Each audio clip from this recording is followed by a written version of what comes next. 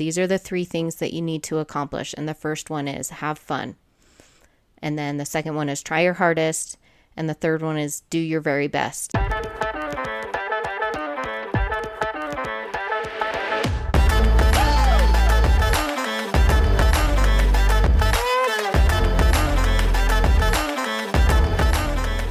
Hello, and welcome to the Kick It with Katie podcast. Hey team, it's Katie here, and today I have soccer mom, Kelly Hafer. And Kelly, why don't you go ahead and introduce yourself to our listeners and let us know where you're from and what kids you have involved in soccer. Hi. Thanks for having me, Katie. My name is Kelly Hafer. Like you said, I am in Westminster, Colorado, which is a suburb of Denver, Colorado. I have two boys. My oldest is 24, and my youngest is 12. My oldest son played soccer from off and on in elementary school, and then he got a little more serious in about 5th grade, and he started playing regularly. The club he was in at the time, it was a very small club. It was a hometown club, which was fantastic. And by the time they were 13, they had no choice but to either stop playing soccer or play competitive. So you couldn't continue to play rec or even travel rec. There was no such thing at that time at this club.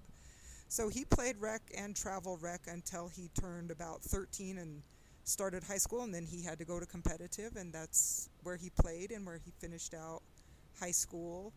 Was on the competitive team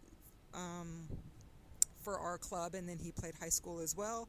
He played a little intramural for college, and then he came back to playing indoor with some of his friends that he grew up playing soccer with. Now he's actually a coach for the small club that he used to play for. And then my youngest son is 12. He started playing soccer when he was 2.5 for the same club that his brother started with. And he played rec until he was 8 years old, and then he started playing academy, which is kind of pre-competitive in our club at the time. So my youngest son's travel club merged with the Rapids, and so he started actual competitive playing with a new club, which is the Rapids. And the club is huge. There's actually 6 teams in the 2012 boys age group that are all competitive, and then there's 2 additional feeder teams that are 2012 that are kind of a step up from travel, I guess. And they kind of, some of the kids will sub in for some of the lower level teams, and just to get a feel if it's something they really want to do, because it's a big time commitment. My son's team that he's on now currently is the 3rd highest in his age group. We play in the Advanced League in Colorado Youth Soccer. There's also a Front Range League, which is for the younger kids and for pre-competitive soccer. And that's where we are right now. Our season just started about 3 weeks ago, and every game has been canceled so far because of snow. Yeah, we just got hit with snow this weekend. Again, it started raining, snowing last night because I'm in Utah, so we're neighbors. So a lot of stuff that we get here, you guys get right after us, or vice versa. So I totally feel that as far as like the weather and the snow and not being able to play, especially when they have the season starting, middle to end of March, and you're going. And a lot of us that have been in it for a while, we're like, so many games get canceled in the first 2 weeks due to weather. And so it's like, yeah, I was in Las Vegas last weekend for a tournament, and they got tons of rain. And so there was also big lightning storms, which was one of the other major factors, other than the fact that the counties that preside over the fields and things, which is good to keep the fields, up to par.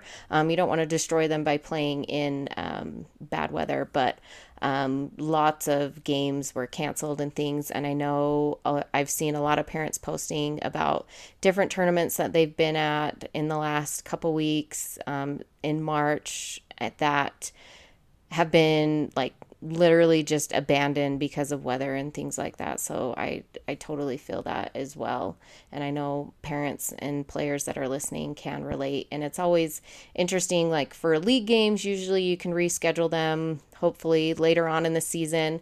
And but for those tournaments that are 2 or 3 days, having to reschedule games in such a short window is always so difficult and tricky. So whether it can happen or not, Yes. because we ended up playing one less game than we were supposed to, but under the circumstances, obviously, I mean, our games that we did end up getting rescheduled, they had to shorten them as well. So we didn't even get to play. I think they shortened each half by 5 minutes. So, Oh which kind yeah. of, which also goes into playing, when you're usually going to play. Well, actually, I think there were some 11v11 games behind me that were the same. So they basically just blanketed every age group at like 20-minute halves. So for us, it was only a 5 minute Oh change. But like for the older age groups, it could have been a 15-minute change. And so that affects yes. the coaching style as well, as far as like when am I going to be able to sub and when are players going to be able to play, depending on how many players you brought. And it gets to be icky and disappointing, but you got to work with what Definitely. happens because we obviously have no control over the weather. So you said that your older son is now coaching. So since his club merged, so does he technically coach for that Rapids club now that they're part of the He Rapids, has or? coached for the Rapids, so he is a coach on both clubs. The smaller club he actually stayed on with because they continued to do, um, I think what they call like soccer shots, but I don't think Mm-hmm. that's the technical name. It's just for the little kids starting 2, 3, 4 year olds, three v Yeah. three, just running around on the field. So Mm-hmm. that's where he mainly coaches is at. Park, and then he also coaches futsal for the Rapids. Okay. So, He does both. Yeah. okay. Cool. Yeah. And knowing like for a lot of people, because everybody geographically is different in the United States, around the world, as far as like weather and like where your seasons run. So here in Utah, we have like a fall season that runs end of August until end of October, early November. And then we go winter for November, December, January, February. We do tournaments and things, but we turn to indoor soccer or futsal. And then our outdoor season usually starts back up in for spring, like I said, in March, and then it runs through the end of May. So is that similar with what you guys do in Colorado, or is it slightly different? How do you guys deal with the winter weather? Yeah, it is very similar, almost identical. Um, Last fall season, our season started much earlier than it Normally does. I believe it started the second week of August as opposed to like after school starts. Mm-hmm. And we were done just before Halloween. And then we did indoor and some tournaments around Thanksgiving. And we did a second indoor session in December, and our actually I think our futsal session was in December, and then we did a second indoor session in January, and then we had a preseason tournament that we went to in February in New Mexico, and then we came back and it was time to get started for the spring season, which for us it actually started the first week of March. um, on our calendar, we're supposed to be done with our spring season by April 27th, but Oh, wow. that's not happening because we can't fit 8 games in between now and April 27th Right, because in a all of them month. have been canceled. So Yeah. we'll be going into mid-May. And then there's usually an end of the season tournament around Memorial Day weekend right before tryouts. And then summer, there's not too much going on. We do a lot of camps. the Rapids offer some, like training camps over the summer just to keep the kids busy and skills and finishing clinics, those kind of things. But all of the clubs in Colorado do those over the summer, and they generally let any kid from any club come to their summer camps, and then we start all over again in the fall. Mm-hmm. Yeah, that's pretty similar here. We're usually for our off season, I guess off season in the winter, and I don't really say off, don't really mean off season, but because we do train indoors often. Occasionally, we'll do, depending on the team and the level, they'll do some tournaments, usually out of state. Obviously, we don't host tournaments in state in the winter, but we also have teams that are affiliated with some leagues that have to travel in December. So whether they're doing league games for Elite 64, National League, or um, what's the other? There was some Desert Conference or something like that. And then they like to do tournaments again, like over a Thanksgiving, or we've had some that have done some over Christmas and like the Christmas break. And then also we'll do, a lot of us in Utah will travel to California or Nevada to do tournaments in like January or February. We've actually done several in February and March. I've mentioned previously on episodes I've recorded that like my husband and I, one of us, since we both coach, one or both of us have been gone almost every weekend for the last month and a half at a tournament. And he's currently at the Dallas Cup right now. My son's team is playing right now. They are actually a 2012 team as well. So that's kind of fun Oh, that our sons are the same age. So for your background in soccer, did you play sports growing up? Did you have any involvement in group sports, or what was your exposure to this sport specifically? Was it when your older son started playing, or were you familiar with it at all, or were you kind of thrust into it just going in yeah. blind? No, no, yeah. I played soccer growing up. I started really young. Well, I say really young, but I think I was 7, 8, 9 years old, something like that. Mm-hmm. And of course, when I was young, uh, girls didn't have a lot of options for sports, and we really didn't have a whole lot of soccer either. Mm-hmm. Um, I believe we had two teams in our age group in our area, and that was it. So we had to play mostly boy teams, Mm-hmm. and then we would travel, but there was not a term travel soccer when I was young. Mm-hmm. So I played only until I got to middle school, and then I also did track and field, and I played volleyball in high school.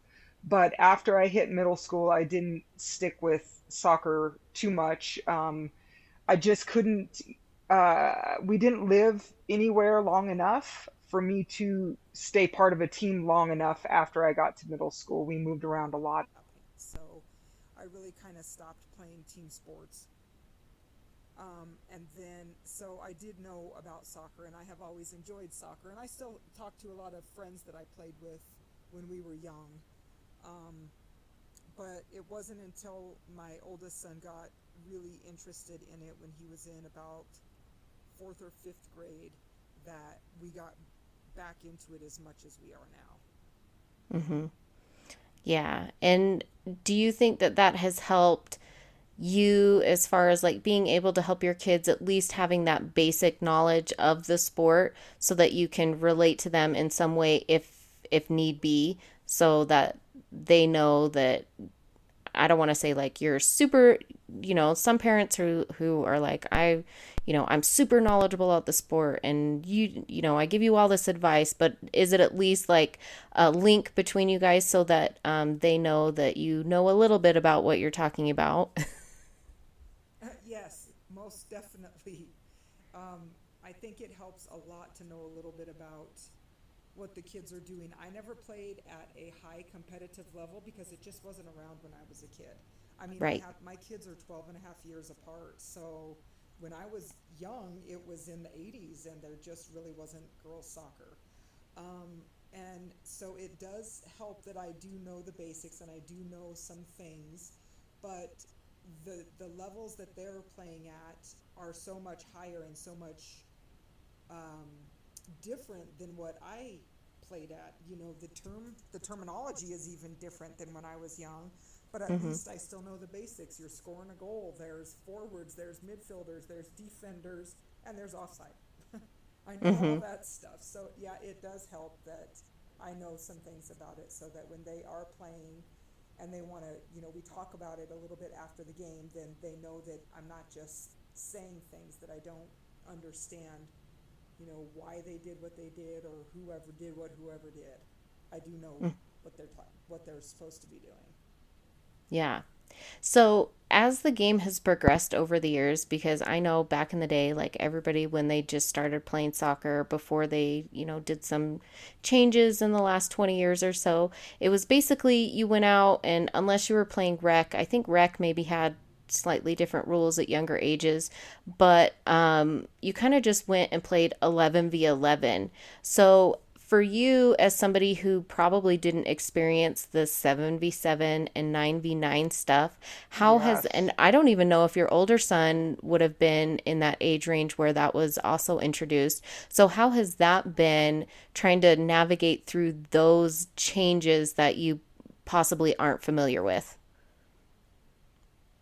That is, yeah, no. We played 11v11 with a size 5 ball. That was it. There was nothing else. My oldest son started at 11v11 as well, with a size 5 ball. My youngest son started at 3v3 with a size 3 ball. Mm-hmm. So that was weird. And then 5v5, and then 7v7, and now he's 9v9. And the rules are slightly different for all of them. And the heading rules have changed. When I was young, you just headed the ball if you knew how, it Mm-hmm. wasn't a thing. And now here they're not supposed to head until they're U13, and technically they are, but they're still U12 because our seasons start in the fall. Mm-hmm. Um, and so doing that whole build out line or breakout line when they were 7v7 was very strange. That was very hard for the kids to understand. And then to come away from that breakout line was very hard for them to understand. That they Mm-hmm. could, in fact, go and challenge the goalie then, where when they're younger, you can't. Right. Um, and so, kind of learning together has been. Interesting and also challenging because it's new to us. It's not something that we grew up doing. Mm-hmm. Um, and so when people talk about some of the different rules, I just am like, I never have heard of that. But rules and things have changed over the years. Um, there was a tournament we played in. One of the refs would not allow our kids to head the ball because he said they were too young. The same Mm-hmm. tournament, the next ref was fine with them heading the ball. And that's a hard thing to explain to 12-year-olds. Okay, you can do that this time, but you can't do that this time. Mm-hmm. And So that's always a challenge, knowing what is right and what is the right path for them to go, what is the right way to play this game, and ultimately it's up to the ref who's presiding over the game to decide. Yeah. So And it's that it's been becomes, challenging with those things. yeah, it definitely becomes very difficult, especially I know because usually leagues, for the most part, they stay consistent and the refs stay consistent as they should. And then when you go to specific tournaments, the tournaments have their own variation on the rules. So I know that some tournaments at the U12 age group for 9v9, but not U11. The U12 age group, some of them will allow heading at that age, but not U11. But for U12, you can and up. So there's that. And some refs know what the tournament rules are, and some refs don't. And then also, like, we just had an encounter this week during I'm trying to remember.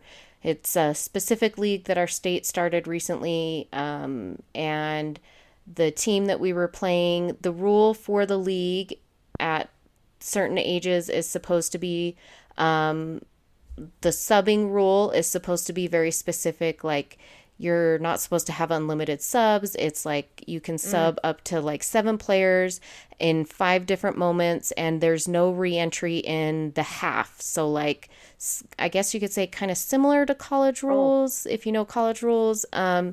And so our coach was coaching the game according to the rules that are on the state's website. And the other team's coach, which they had a discussion at halftime with the referees about this is how this is supposed to go. And our team is already, we have so many injuries going on with players. We had a player just pick up another injury. We've got another one who's just, recouping, coming off of an injury in the next few weeks. My son, he's dealing with, we think is Osgood Slaughter, however you say that, with his knee. So he hasn't even been able to play very much because it's just so painful for him when he's running. And so we were literally down to like one, maybe two subs for our team. And so our coach was subbing based off of the fact that our players were not going to be able to go in. So he was basically going until somebody's gassed and then subbing that person off who needs it most or something. And then and like I said, at halftime, the refs and both coaches agreed that they were going to do the subbing based off of the rules that are on the website. And then the other team's coach re entered a player who had already gone off in that second half, and we started, arguing because we had agreed that we weren't going to do that, that we were going to follow the rules. And then the coach presents an email that we've never seen, supposedly from the state. We still haven't seen it, showing the ref that it can be unlimited subs. And so, that would have been great information to start the game with because, again, we were yeah, down to like one or two subs, and we'd been going through the game based off of the fact that we were going to do the no reentry in the half and, the 5 moments or whatever it was. And anyway, we were upset that the ref wasn't consistent with following the rules, yeah, that he was just like, oh, well, he showed me this, and so I'm going to go off of that. And so to me, it was unfair. I really wish that the ref had been more consistent with that and said, I'm not going to honor it. Just because he shows it to you doesn't mean you have to follow it. Like, that's not fair to us as the opponent when we had right. already agreed upon something. And so that's why it's frustrating for me, like in that scenario, because I'm like, we would have subbed differently in the game had, and not saying that the outcome of the game could have been different, but just knowing the limited subs that we had, it could have made a difference in the way the kids played. I don't know. But so we were super upset with what happened there, and we wish that there had been consistency. So like you said, where one ref in the same tournament was allowing heading and the other one wasn't, and so from game to game it was different. So that is also very frustrating because I've had that as well, where one ref at 7v7 will allow drop kicks and one won't, even though they're not allowed at that age group no matter what. Like, you shouldn't be, I don't care what this ref says. And so it's very interesting. And I did an interview with a ref recently, and he basically said, some refs are really good at their job and some refs aren't. Like, there's just a broad spectrum of it. And he's like, you can't blanket all refs in the same sandwich, whatever. And so he was just like, so there are going to be good refs and there are going to be not good refs. And it's just a mixed bag. So, Definitely. And it's the same with coaches. I mean, We have played coaches who have kids that they have brought down from elite teams, P1 teams, and they register them on their, gold team and enter a tournament at a bronze level and sweep the entire tournament with a ridiculous amount of mm-hmm, goals because they have kids playing against kids who barely know how to play rec soccer. mm-hmm, And there should be some kind of standard in there like, okay, well, if this kid plays at this P1 level, there's no way he can play in a bronze level in a tournament. It's just not fair. yeah, It's not fair to the kids that are that good or the kids. that are just learning. It's yeah. weird that And it happens so frequently here. yeah, and I've seen that happen as well. And at least in our leagues where we allow like club passes and things, like you're only allowed to club pass players for our leagues tournaments are obviously different. But for our leagues, like if we have to borrow players, like the players have to be at a similar level. Like you can't take a premier or, whatever the top level premier league in our area, you can't take a player from the P1 division and put them in a D3 division. Like they're only allowed to go up or down like one level or something like that. And so that way it still stays pretty much consistent. And I mean, again, it doesn't do anybody any favors having these elite level player, elite, I'm doing it in air quotes, but because they're kids and they're obviously not pros, but where they're classified as elite, where they're head and shoulders above, like you said, kids who can barely play rec. Like there's no benefit for either player in that scenario. Like it just doesn't help anybody get any better. And are you really proud of your team for beating teams that they probably should be beating? Like, you know what I mean? Like Oh it's a yeah. very mixed bag, and I'm sorry if I'm offending anybody.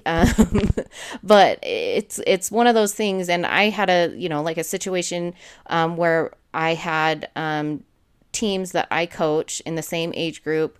We have a large group of players, and we were playing one of our lower end group of players, girls that are brand new to soccer and things like that. And they were playing our girls who Yeah. have been playing for a few years. And so at halftime, because it was a indoor game, basically a futsal game, at halftime, I was one of the coaches, the other coach was there. I mixed the players up because I was like, I can set you guys out there and I can tell this group to go kill that group, but is it going to help you to just go out there and kill them? And is it going to help them for them to just get killed? No.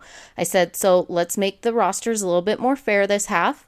You guys have scored goals and things like that. So let's mix up the rosters so that way, everybody is playing at a higher level and it's a little bit more competitive on each end. And then we can all keep learning and trying to get better, because you're not going to get better by going out there and beating players that like you said, you should be beating these players based on your skill set, and they're still working on their skill set. So anyway, so we ended up, mixing rosters. I mean, it was the last game of the season. Futsal, it doesn't matter. We're not going to get a trophy for anything. Like it didn't matter. So, and when I explained it to them, they were just like, yeah, that makes sense. And I'm like, exactly. Like you're not going to get any better by dribbling It through these definitely people does. like they're cones. Yep, I agree. So for you as a parent, what has been the hardest, if you could think of like hardest struggles or trials to being a parent of an athlete? And I don't want to say like an elite athlete, I just an athlete in general. Like what has been the hardest moment for you, or moments, or if there's something specific that you struggle with? Because I know like my son is a goalkeeper, and I don't necessarily struggle with it, but it definitely hurts my mom heart when, he's out there in games. I get super nervous. I'm on the sidelines, and, it's, I want to be able to go help him. Obviously, I can't actually go out there and help him, but, cause it's his game and things like that. But, what have been some trialing times or difficult times for you, and what did you do to try and help that situation, or overcome it if you were able to, whatever it may be, as far as watching either of your sons, or if it has to do with both of them, because I know that there's, the age gap there. But what is something that you can share with us, and if you have any guidance on something that you did to overcome whatever that might have been. Sure. My kids are complete night and day different with sports, with soccer. My oldest son is 6'4". He's about 200 pounds now. In high school, he was between 6'1" and 6'4", Mm-hmm. and he's very left-footed. He's also good right-footed, but he A lefty. And so he started off playing forward and scored a lot of goals. And his junior year in high school, his club coach moved him to left center back, a position he never played in his life. And he struggled a lot, and it hurt me a lot to see that because I knew what a good player he was. But as soon as that position clicked within him, He was amazing. He won several awards in high school and club for being a left center back. He Other coaches would compliment him constantly on his ability to defend the ball and get it where it needed to go. And see the field from that far back. His slide tackling was just brilliant. He never got a card for anything. Um, he never played dirty. He never did any of that. He's very big and very tall, so he's very physical. Mm-hmm. And that helped him. He's not the fastest guy on the field. He never was, but he was always one of the biggest guys on the field. So that transition, had he have been younger, it probably would have been harder, but because he was older, he was like 16, and he's a 16-year-old teenager. There's not a lot I can do other than tell him I'm there for him, but he had to figure out how to figure out that position on his own. Mm-hmm. He always had really good coaches, though, that supported him and that talked with him and that helped him through everything. And so that was really great. My youngest son is one of the smaller kids on his team. He is one of the older ones, but he is smaller. He's shorter. He's not Mm-hmm. very physical at all. He's a lot more. His foot skills are phenomenal. You ask him to do any kind of move or juggle, he's amazing, but one-on-one, he will not body into someone. He doesn't want to hurt someone. He doesn't want to get hurt. He doesn't want to get a card. He doesn't want to get called for a foul. He doesn't want someone else to get called for a foul. So he is a little bit more, I don't want to say timid, but timid than my oldest son. And he has had a coach in the past that we moved him off of that P2 team that he was originally on, who started to really like destroy his self-esteem because he was so much more timid than some of the boys when they were 8, 9, 10 years old. And it was rough. He cried. He didn't want to go to practice anymore. He didn't want to play soccer anymore. His self-esteem was suffering. I talked to the director. I talked to the coach multiple times. And as a mom, it was all I could do not to tell this coach that I'm going to meet him in the parking lot after the game and beat the crap out of him because of the way he's making my son feel. So I finally wrote a letter to the director and I said, this is where we're at. We're going to pull our son off the team or we're going to leave the club completely. I don't really care which at this point, but he's not staying in that atmosphere. And Mm-hmm. so we pulled him off the team and we found another coach that was a much better fit. And we were able to get him back to Enjoying soccer and loving playing it and playing for fun and not being so afraid. He still is not very physical, but he will now stand his ground more on the field and hold, hold in his position, but hold his position on the field when someone comes at him, to where Mm-hmm. before he would kind of sidestep so that he wouldn't get hit or like trip someone. Mm-hmm. So the hardest thing is, trying to not compare the two kids, and trying to let my youngest son just find his self and where he is going to fit in the team. He can see the field. He knows every position and where everybody should be playing and where you should be to receive a pass and get a pass. It's just physically running through people to get those plays off is where he struggles with.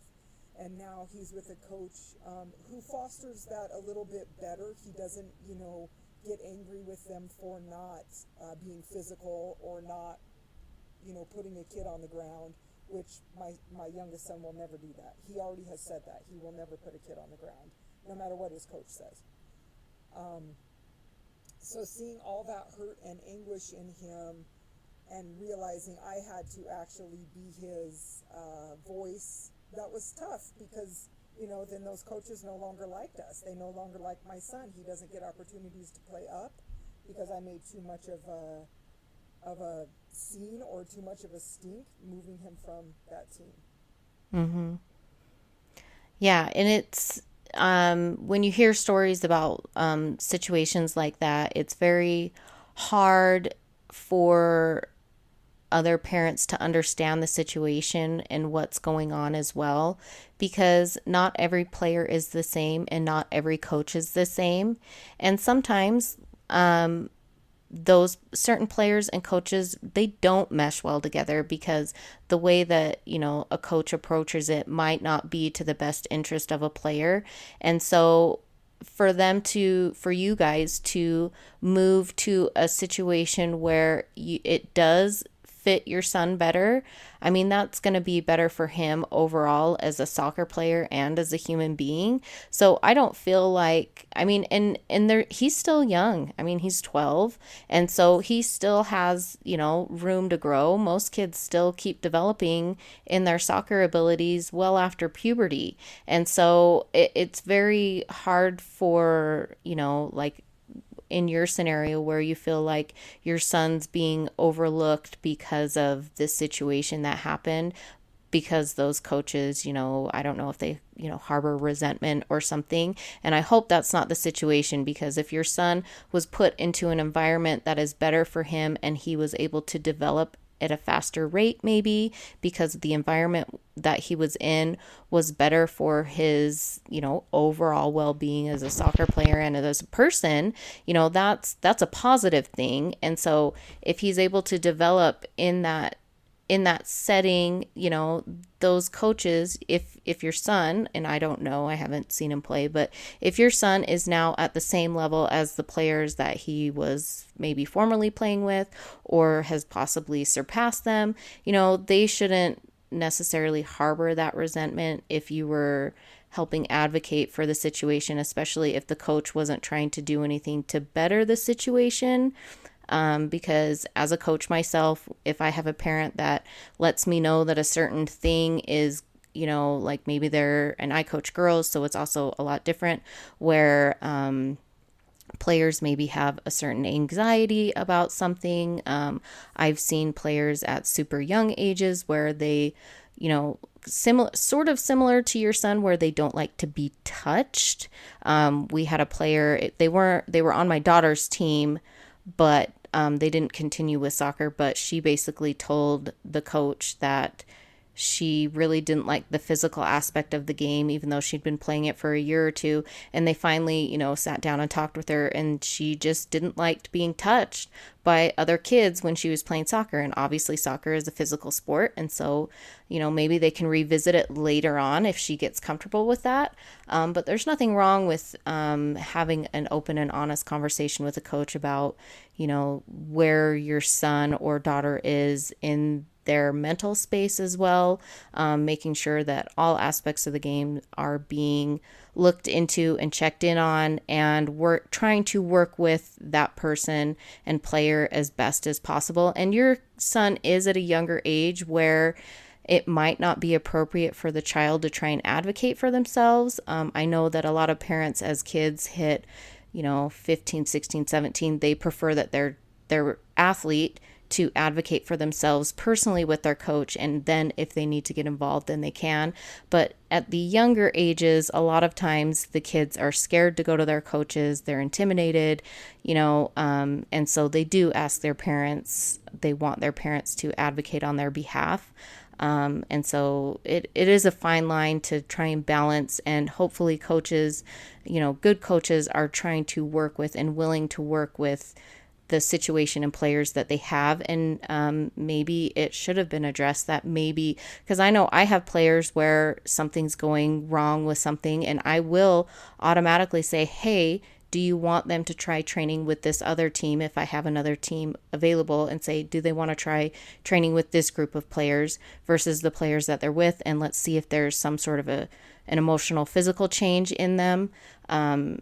And see if that is, maybe it's the environment of the players that they're currently with, and let's see if we change it up a little bit, if they respond better to this, this environment. And so anyway, so I think that I don't like it when coaches, if a parent is trying to help fix something that they see that is wrong with their player, and the coaches, kind of disregard it or whatever, and then we try and remedy the situation. And, if they're not willing to help, obviously we're going to have to find another solution to the problem. So it's always good to be open and honest, but I hopefully those coaches don't harbor any ill will towards your son or your family. And if they do, hopefully that they check themselves because they're kids. Like, really? It's a kid. Like, it's one thing for them to Yes. harbor resentment for maybe you as the parent, which I still don't think that they should do, but for them to feel any ill will towards a player who could have the skills to be at the same level as the other. I hope you understand what I'm trying to say. Like, it's one thing to have for an adult Yes. to feel bad towards another adult, but for an adult to harbor those feelings towards a child is strange and odd and weird, because Absurd. it shouldn't be that way. Yeah, no, definitely it should not. So with your younger son, because obviously your older son, he has gotten, into coaching and things, and he's already kind of gone through his soccer career. Like you said, he's, maybe playing indoor with some friends and things like that. I did that as well until I tore my ACL as an adult. But for your younger son, does he, I mean, he still is, 12. My 12-year-old, has his sights set on, going to college, whether he actually plays in college or anything. He has said, maybe he could play goalkeeper at a professional level. But anyway, so we've had conversations with him about it. But for him being so young, sometimes it changes week to week, month to month, what his dreams are. But have you had a conversation with your son about where he would like his soccer journey to go? Yes. Oh, yes, definitely. Um, so he definitely wants to go to college, but his dream is to be a zoologist. Oh, And he, Wants to play soccer traveling around the world in different countries and continents where he is helping to take care of the animals in that area or helping find endangered species, and then he's going to play soccer. That's what he cool. wants to do. We're a big Bundesliga family and Premier League soccer family. So he would love to be able to go to Germany and play soccer. My Mm-hmm. oldest son just graduated college last May, and his major was in German and social media marketing and advertising. And he minored in Swedish, Russian, and international business. and so traveling abroad is a big dream of both of my kids. Me as mom, I would like to do that, but it's a little less likely to happen for me now. But for the kids, they Mm-hmm. can still do it. So my youngest son wants to be a world traveler, studying and helping animals and playing soccer at the same time. That's awesome. And for since your sons have quite a big age gap, how do they connect and communicate as siblings? Is soccer a good filler? I don't want to say filler, but a good talking point or connection point for them, having that soccer together? Oh yes, they have a super super close relationship. My oldest son actually coaches my youngest son's futsal team in the winter when they play. And he runs some of the soccer camps for the club over the summer, and my younger son attends those. And they play soccer together outside and in the house, and they go to the park. And they banter back and forth about who their favorite, pro players are, and why this guy's better than this guy, and why this team is better than this team. And Who the greatest in the world is and all of those kind of things. But yeah, they bond a lot over soccer. It's their favorite thing to talk about together. That's fun that they can have that connection, because I know most siblings have that connection, but I didn't know if that age gap brought on a set of challenges of its Yeah. own, because I know I have a sibling that is a great distance from me as far as age, and so it's definitely difficult for us to connect, because I mean, he has three brothers that are older than me as well, and so it's interesting to connect with him. Our age gap is a little bit greater than yours, but it's interesting to see like the dynamics of how siblings with that age gap, how they connect. And I know several of them have been able to connect through sports or activities that they um, were involved in when they were kids and or younger, and then seeing that much younger sibling do the same, and then they're able to bond over that as well and have that connection. My brother played soccer a tiny bit. He played rec for a little bit, and then he got into taekwondo a lot and things, and which none of us had ever been involved in. So he did that for several years, and we supported him in that. But it was nothing that any of us were familiar with. But he loved doing it for as long as he did it, and then anyway, but that. So that was a little bit hard for us to connect with him on, but yeah. So I'm always curious about those dynamics. I've had recently interviewed somebody who has a set of twins, and I have twins, and so hearing the dynamic between like the twin siblings also was interesting to hear.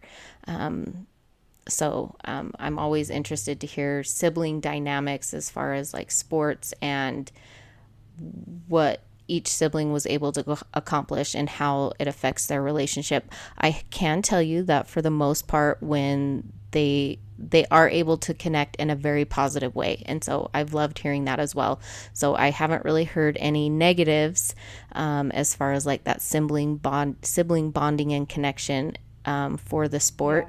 And it's usually something that they're able to bond well over versus, I guess, fight over. Yeah.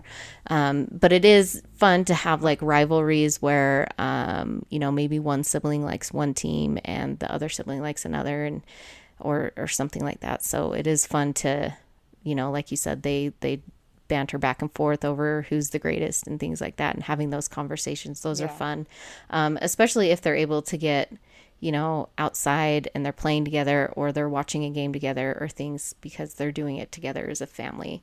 So that's always nice. Yeah. And As a, my like I had, oh, sorry.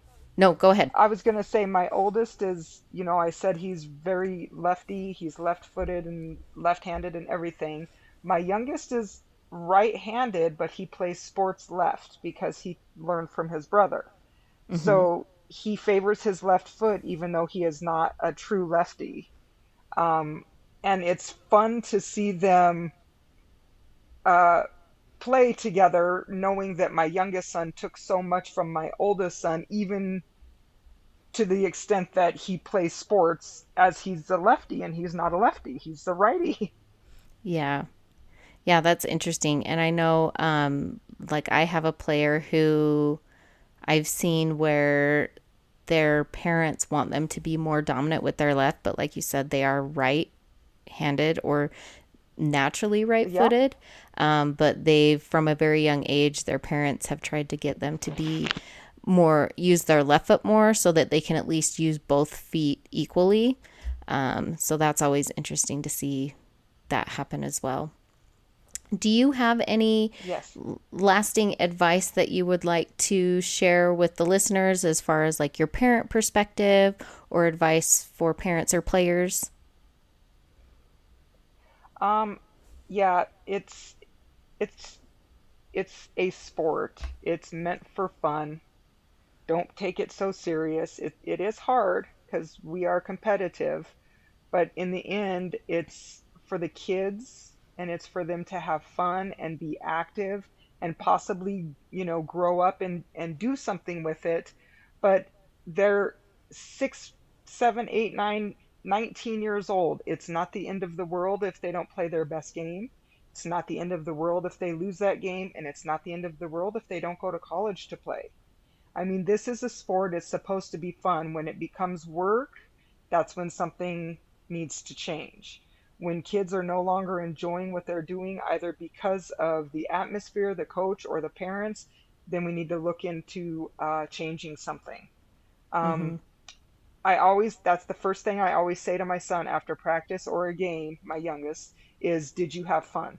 I never Say great game, or that was you won or you lost or whatever. I always ask him if he had fun. And if Mm-hmm. he says yes right away, then we can talk about some more stuff if he wants to. And if he hesitates, I ask him, well, how did you feel during that game? Because I think if you take the fun out of it, it's just not worth doing. I mean, the first thing pros will tell you in any sport is that they love what they do. They love it, it's fun, and then it turns into their job. But once it becomes a job, it's no longer fun. You got to have Mm-hmm. fun with it. Yeah, I totally agree. And that's one of the things that my husband told me to make sure, when I got into coaching, that especially since I'm at the younger ages, the most important thing. So there's three things that we encourage during practice and games. And so I try to remind them of these three things as often as I can remember them, because sometimes I'm like so scatterbrained when it's getting into, starting a match or something. But I always try to remember, to let the girls know, remember, these are the three things that you need to accomplish. And the first one is have fun. And then the second one is try Yes. your hardest. And the third one is do your very Yes. best. And if you can say yes to all of Yes. those things, regardless of the outcome, you should still feel good when you walk off the field. And so those are the three things that we try and focus on, and just making sure. And the number one thing is always have fun. Because like you said, a lot of times if kids aren't having fun and it turns into work, they don't want to do it anymore, then they're not going to try very hard and they're not going to do their very best. Mm-hmm. But if they have fun, like my girls team this week, we had two games back to back. We had one on Friday in our league and then another one Saturday morning. And the game on Friday went great. They had fun. And then Saturday, when they got there, a few of them seemed a little sluggish. The weather had turned. The field that we were playing on was a little bit different. And I felt like the energy that most of the players, if not all of them, they were putting off was different than what was there the day before. And so I knew it was going to be a tough game for them. And so I had a conversation with them after the game. You need to make sure that when you're coming to the field that you're excited, that you're happy to be here, because, the way that you're on the game, if you show up to the game and you're sluggish and you're tired and you're, holding yourself and you're cut off a little bit in a way, you're going to go out on the field and you're not going to automatically be energized, and all of a sudden you're having fun. It's not going to happen. You're not going to be able to flip that switch that fast. And so, I was talking to them about having like a pre-game ritual of some sort to make sure that they get themselves typed up, because really there was like an emotional difference between the night before and the next morning's games. Like I could just see it. And I don't know if it was because we played back to back. I don't know what it was, but I could tell that with several of the players that there was just an emotional change. And I was kind of hoping that, we had won the night before. I was hoping that they could kind of take that energy and go into the next game, the same way. But it definitely turned. So just make sure, and especially you as parents, like if you need to ask them questions after the game, ask those three questions. Did you have fun? Did you try your hardest? Did you do your very best? And if you feel the need to elaborate on those, how could you have tried harder? What do you think you could have done? And let them lead the conversation versus you saying, well, I think you should have. Ask them and let them think about it, about the way that they played. And that way they can learn better from, critiquing their own game versus having somebody else critique it. Because that will help them become better players as well, because they might think, I did this and I could change that and blah, blah, blah. I really want to try this. Or maybe they'll say, our coach wanted us to work on XYZ during the game. And so that's what I was focusing on. And it was really difficult. Well, what can we do to help you try and learn how to do that better? And it stems a conversation, but let them lead that conversation if you feel the need to have a conversation, after the game. Or maybe you just want to go take them to get an ice cream cone or something. I don't know. But anyway, so it's always good to have that open communication. But like you said, make sure that the kids are having fun and that you're there to support them in them having fun as well. Yes, I totally agree with all of that. Okay. I don't really have anything else for you, Kelly, unless there's anything that you would like to last touch on, but that's really all that I have today at this time. So unless you have anything else, that's all I've really got. No, thank you for having me. I do want to say, in a blink of an eye, it's all going to be over. So, and when those kids hit high school, there's only 4 seasons in high school: freshman, sophomore, junior, and senior. There's no 2 seasons for high school like there is for club, fall and spring. So they go so fast. Document it, take pictures every step along the way, because you're going to want to look back when they Graduate and say, holy cow, look at this journey. This was absolutely amazing. Mm-hmm. Yeah. And it's really all about the journey. The destination is the goal, but the journey is the Yes. real lifeline of it. And so um, remember every moment, live in every moment, because you never know if there's going to be some sort of injury or when Yep. it's going to stop, because, just be grateful for the moments that you have in the sport, whatever it is, whether it's soccer or not. Just make sure that you are cherishing those moments, that you are able to help and support your kids. And players, if you're still listening, make sure that you are cherishing the moments that you have that time on the field, because like we say, one day it could all end. You'll maybe as an adult, you'll play in Sunday leagues or grown-up leagues or things like that, but the dynamic is definitely different as an adult playing versus when you're a kid playing. So cherish those moments as you're going through the journey. Yes. All right. Well, thank you, Kelly, so much I for coming agree. on with me today. Thank you. Okay. And you just have a great day, and tell Okay, your thank you kids very hello much from for me. having me. Okay, thank you. You too. Thanks for kicking it with me, and have a great day.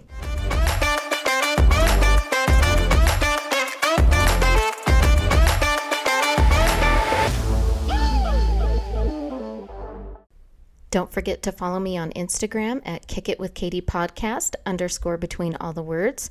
You can reach out to me with questions at kickitwithkatiepod@gmail.com. I also have a feature with SpeakPipe where you can leave me your own voicemail message if you want to be featured on the podcast. Rate, review, and subscribe wherever you listen to podcasts.